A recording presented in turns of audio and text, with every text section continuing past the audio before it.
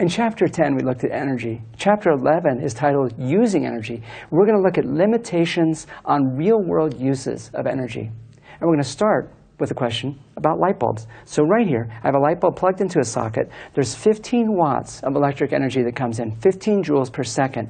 What comes out is light. And there's about 3 joules per second, about 3 watts of visible light that comes out of this bulb. We have a question for you. What is the efficiency of this device? What is the efficiency? 15 watts in, 3 watts out. What's the efficiency? We'll give you some choices.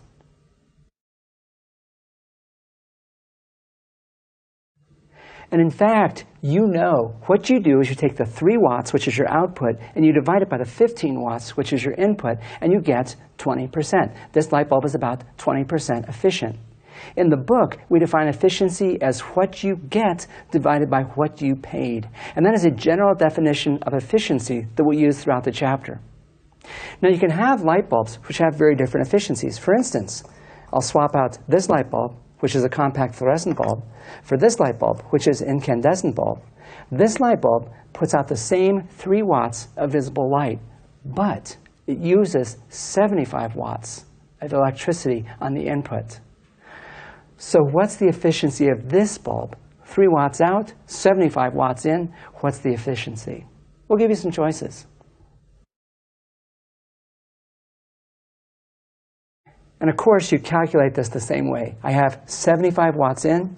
I have 3 watts out. 3 divided by 75, I get 4%. So this light bulb is 4% efficient. This light bulb is 20% efficient. That's the big difference between these bulbs, is their efficiency. You've heard that before, but now you have the numbers to kind of like explain what this means. Now, this is even more compelling if we look at the difference between incandescent bulbs and LED bulbs. And if I take these LED bulbs and I plug them into this plug is not connected to an electric outlet. It's connected to a generator. And the energy input comes from me.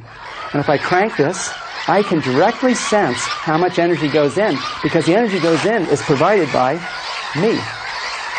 And I can see how much light energy comes out. If I swap it and run not the LED bulbs, but the incandescent bulbs, we can see how much light comes out. I can feel how much light goes in, how much electricity goes in.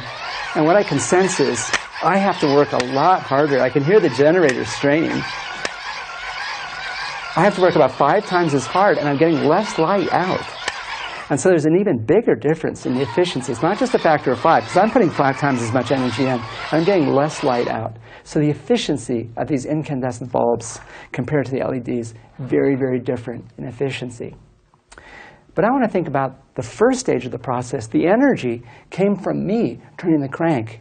And where did the energy come from? My body. Where did the energy come from to get into my body? From the food that I eat.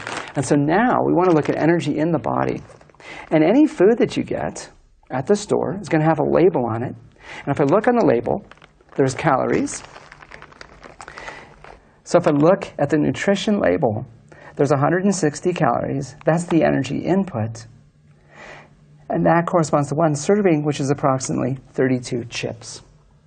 So if I eat 32 chips, I take in 160 calories of energy. That's a particular unit of energy. How do you measure that? Well, originally, measurements of this energy in food were made by burning.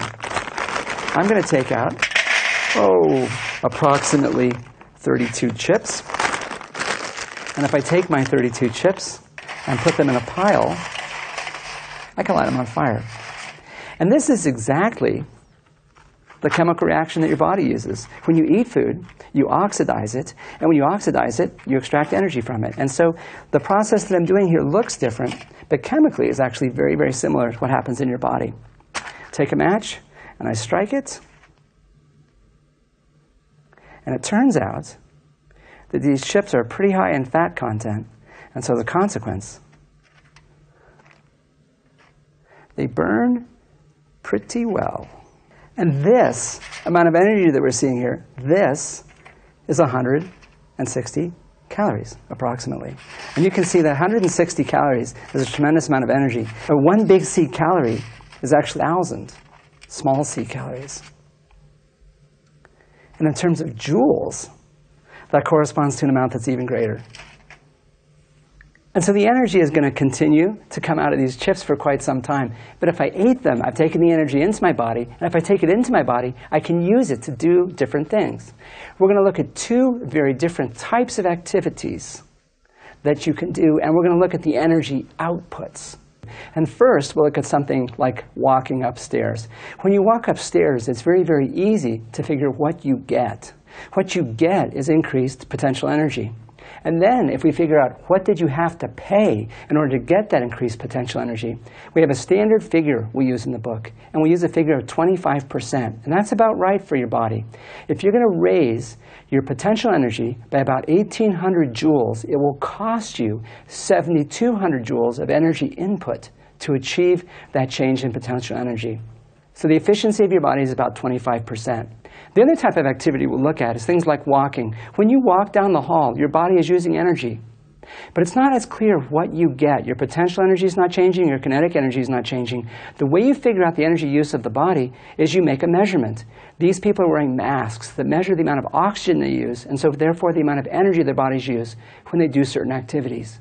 We've used that to make values in a table that you can use to make calculations when you do activities like walking, running, cycling. So that was a little bit about efficiency and also energy in your body. Now think about this. When you walk upstairs, 25% of the energy goes to increased potential energy. Where does the rest go?